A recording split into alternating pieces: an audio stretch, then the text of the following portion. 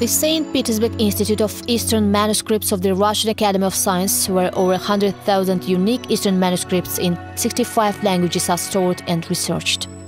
This is indeed a wholly unique legacy left by Eastern poets, thinkers, scholars and philosophers whose works have played a crucial role in the development of global civilization.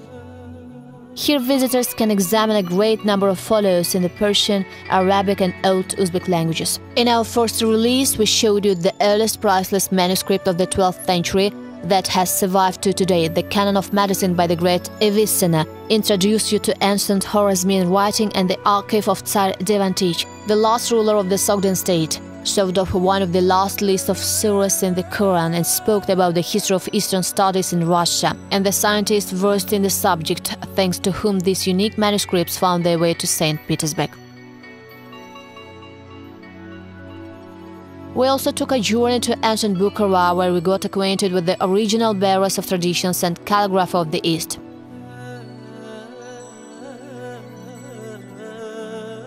It is here in the St. Petersburg Institute of Eastern Manuscripts where the rarest manuscripts of the Bukhara collection are stored.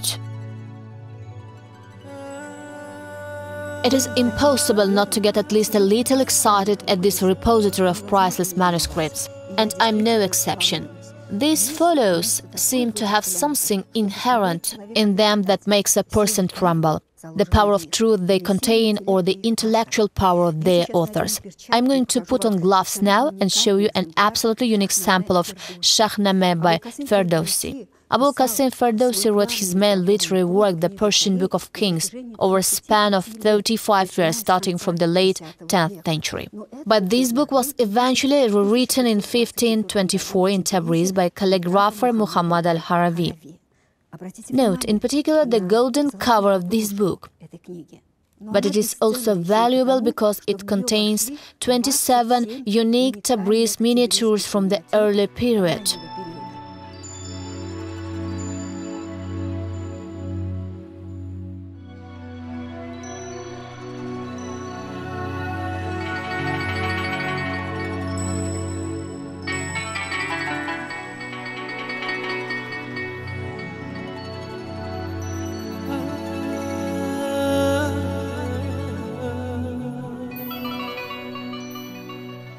The poem Shahnameh, despite its massive volume, was extremely popular. It was well known by the Eastern classicists. Thanks to this, a significant number of manuscripts containing the text of this poem have survived.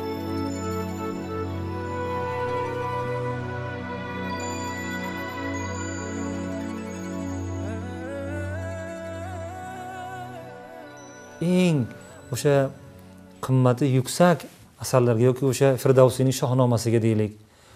These exquisite miniatures to Ferdowsi's Shahnameh illustrate the plot of this work in a concise but colorful manner. Miniaturistlar desak, o'sha bular chiroyli qilib miniatyura chizgan. Bitta qo'lyozma. Mana shu holiga Ancient manuscripts on the whole show the result of the hard work of many people. Each of these books has passed at least 7 stages throughout its creation. First of all, this included the manufacturing of paper. In early periods, this paper was of the highest quality and manufactured in China and Samarkand. And when speaking of manuscripts, one cannot be mentioned ancient paper. In Uzbekistan, there is also a place today where they have been able to restore the technology of how to make silk paper.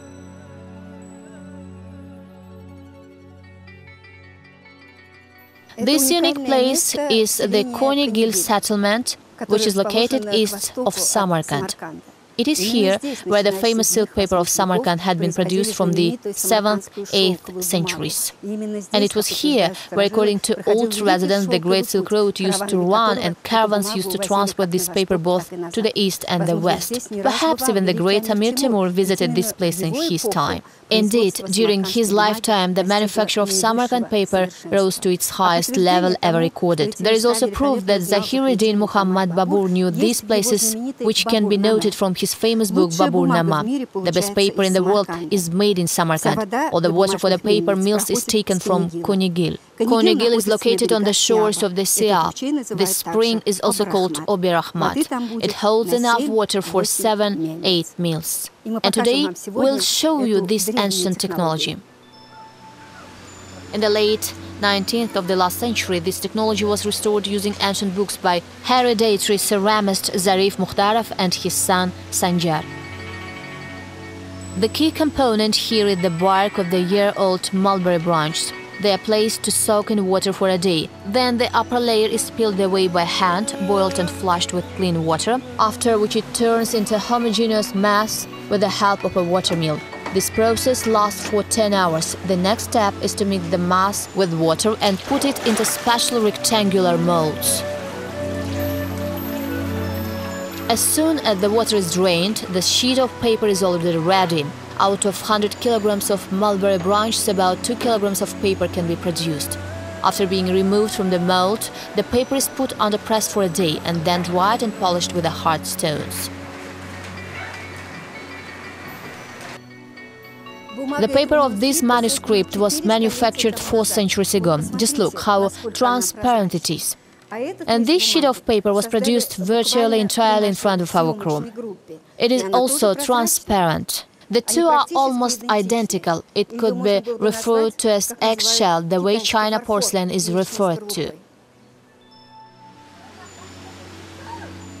So the Konigil settlement was described in Babur-Nama in the Book of Babur. These are memoirs on the history of Central Asia and India, rich in factual evidence but unfortunately left unfinished. They were created by Zahiruddin Muhammad Babur in 1528-1529, literally in the last years of life of the great ruler and creator of the Babur dynasty. In the funds of the Institute of Eastern Manuscripts in St. Petersburg, there is also the rarest sample of Babur-Nama. This manuscript was rewritten in 1737 from the earliest list of the 1714 in Petersburg by academician of the Russian Academy of Science, Kerr. He was born in Germany, was an expert in Arabic and one of the first Eastern studies specialists.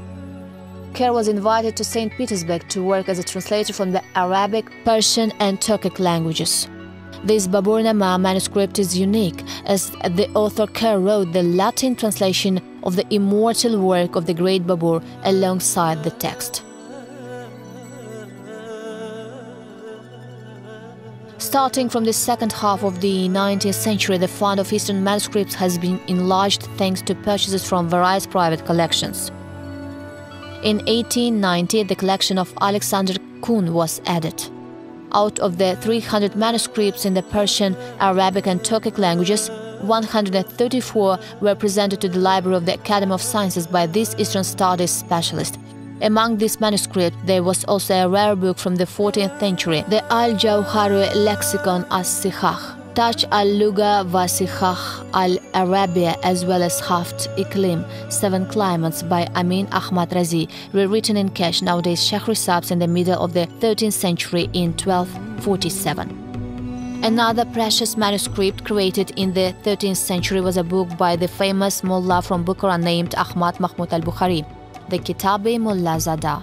It was first written in 1290. It contains descriptions of famous tombs and burial places in Bukhara. One of the most precious historical manuscripts from the collection of Alexander Kun is the work by Muhammad Riza Agaghi, Gardens of Happiness. It is a history of the Khiva Khanate during the reign of Khwarezmiya rulers Ala Quli Khan and Rahim Quli Khan. It depicts a historical period of over 20 years from 1825 to 1846. The manuscript was made by Agaghi by the order of the rulers. The autographs follows, and manuscript that preserve the handwriting of the author himself, are of the most outstanding value in the manuscript collection. This is the autograph by Agaghi. It is his translation of the Persian poem The Garden of Purity of Nasiri. It contains a description of the history of Irwan from the 18th, 19th centuries. Agaghi wrote it in Khiva in 1860. In 1912, the Muslim Fund of the St. Petersburg Institute of Eastern Manuscripts received a unique list of famous works by Eastern scholar Abu Rayhan Biruni entitled The Monuments of Early Generations. The manuscript was rewritten in 1220-1221, almost 200 years after the death of the scholar. It is unknown where it was stored for almost 8 centuries before it found its way to St. Petersburg. The Institute of Eastern Manuscripts is proud to possess the lifetime fellows of the great Alisher Navoei, poet and philosopher and state official of the Timurid epoch. The funds of the institute include around 30 of his works. These include divans, collections of poems, dastans, poems and essays containing philosophical thoughts, as well as official documents. Tarikh-i Muluki Ajam, the history of Persian Tsars, was a living manuscript of the great poet, dated 1488. Among the official documents, there is also Lakfiya writing. This writing can be seen in a document recording the transfer of the land of Alisher Navoei to the ownership of the Madrasa Ikhlas in Herat. It was drawn in 1481. These manuscripts were subsequently rewritten a number of times by calligraphers in the following centuries. But the documents we've shown you here are original from the author's own lifetime. Each of them is unique. Each has its own history with its own dedicated calligrapher. This means the customer ordered it. And that is was distributed in some way, because in those times the work of calligraphers was equal to the work of modern-day publishers. The 14th, 15th centuries were a Renaissance era in the East. During those times, Alisher Navoei was alive and well, creating his masterpieces in Herat, where the famous Herat School of Calligraphy and Miniature was also founded. In subsequent years, many famous calligraphers and miniaturists moved from Herat to Bukhara. Afterwards, schools of calligraphy were created in Samarkand, Khwarezmiya and Kokand. Let's take the manuscript by Abdurrahman Jami, for example. He was actually not the only Sufi Naqshbandi sheikh in his day, but also a publisher. In the modern sense, he had his own publishing house, because he had a staff of calligraphers working for him. He himself copied a lot of works and lots of his autographs have remained. Abdurrahman Jami was among the most expressive and famous poets and writers of the 15th century. Many works from the Eastern Renaissance were devoted to his creative heritage. Some of these works were also created under the influence of his poetry. He was visited by writers and scholars from all over Maverenahar, India, Iran, Asia Minor and Arabia. Many of them were constantly in correspondence with him. There are 337 autographs by Abdurrahman Jami that have survived to this day. He was a brilliant scholar and theologian whom his own contemporaries referred to with the utmost respect as Mavlana. He wrote essays on astronomy and geometry, books of biographies on Sufi sheikhs and comments on the Holy Quran. He also wrote a range of prose works on theology, stylistics and methods for writing poetry. But the era's main poetic fame can be attributed to Mavlana Abdurrahman Jami and his romantic and Sufi philosophical poems, Seven Thrones, A Gift to the Noble Ones and Sepha of the Righteous. But perhaps one of the most exquisite and popular works of Jami is the poem Yusuf and Zulaykha.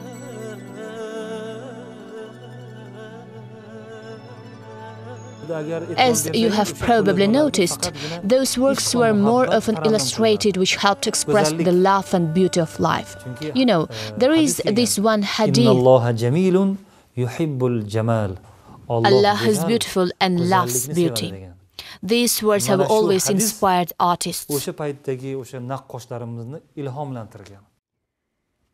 I would also like to show you one more masterpiece which proves the high level of the design of medieval books.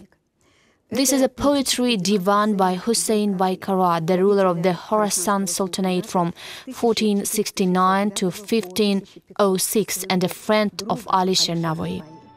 Pay attention to the design of the book. The gilt-blocked binding, the pages generously decorated with gold and miniatures. Looking at these photos, one is compelled to think that medieval books possessed a certain unity of artistic design and content. This is a wonderful sample of the book art from Eastern Renaissance era. It was obviously created on the order of the ruler himself for a high-ranking official. Its design is evidence enough for this fact.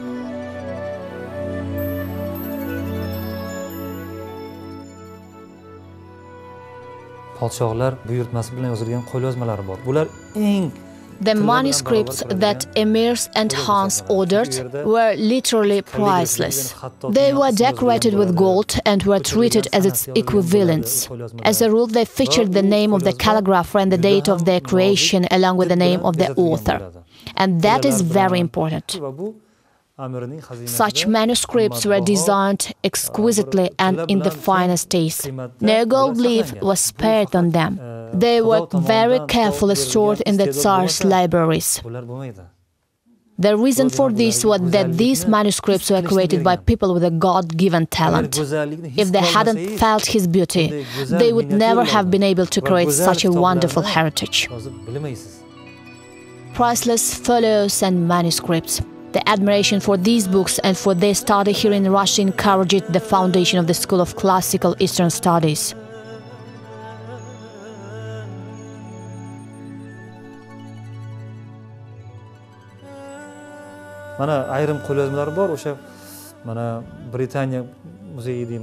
Wherever these rare books are stored, be it in the museums and libraries of Britain, St. Petersburg or even Germany, they are cherished as the apple of our eye as any great treasure would. This shows a genuine respect toward the work of our ancestors and to Eastern culture on the whole.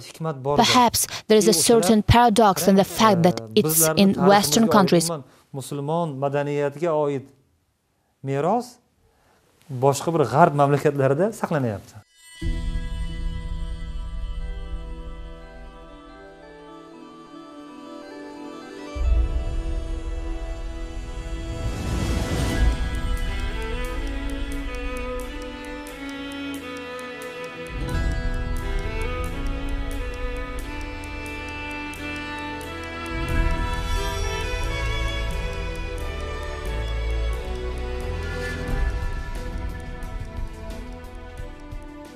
In Baburnama, in the book of the Great Babur, there are lines saying that all things eventually come back to their origins: gold, silver and lead. And today, we've also tried to return the origins of these priceless manuscripts, their history, and to how they found their way to St. Petersburg, a city which has long been known as the Northern Palmyra. This has been a presentation of the Treasures of Uzbekistan Culture in Museums of the World project. I have been your host, Shahnaza Ganieva. Thank you all for your attention.